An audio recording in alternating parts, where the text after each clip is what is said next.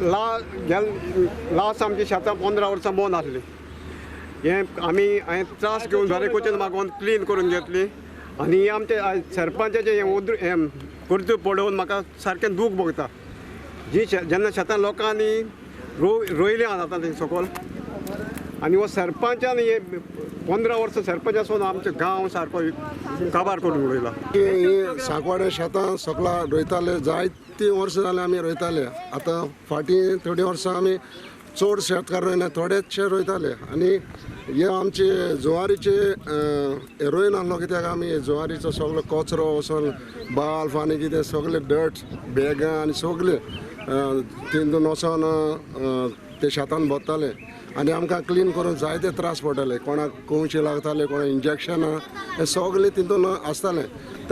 थोडे लोकांनी रोयताले, थोडे आतां तें सोडलां तें हें तोपता आनी कितें जाता म्हूण क्लीन करून सारकें डिफिकल्ट जातालें.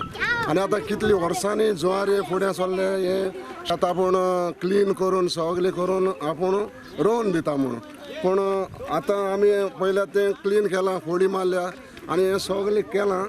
पूण शेत रोवन तेणें आश्वासन दिल्लें तें आमचें कंप्लीट जावना, रोवन दिवना तेणी.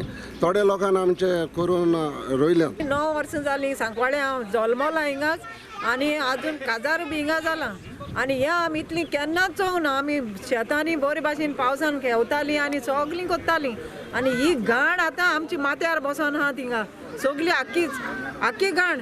आनी आमच्या भुरग्यांचो फ्युचर कितें जातालें तें आमकां बाब कांयच चिंतून तकलें येयच ना कितें फ्युचर जाता तो. केल्लीं दुयेंस येतली आनी कितें म्हण येवदान क्लीन कोत्ताय आनी सगळें सोडून दिलां. आतां मागता पंचायतीन हे एक्शन घेवचें गव्हर्मेंटान कितें तरी एक्शन घेवन आमचें सगळें क्लीन करून काडचें म्हूण.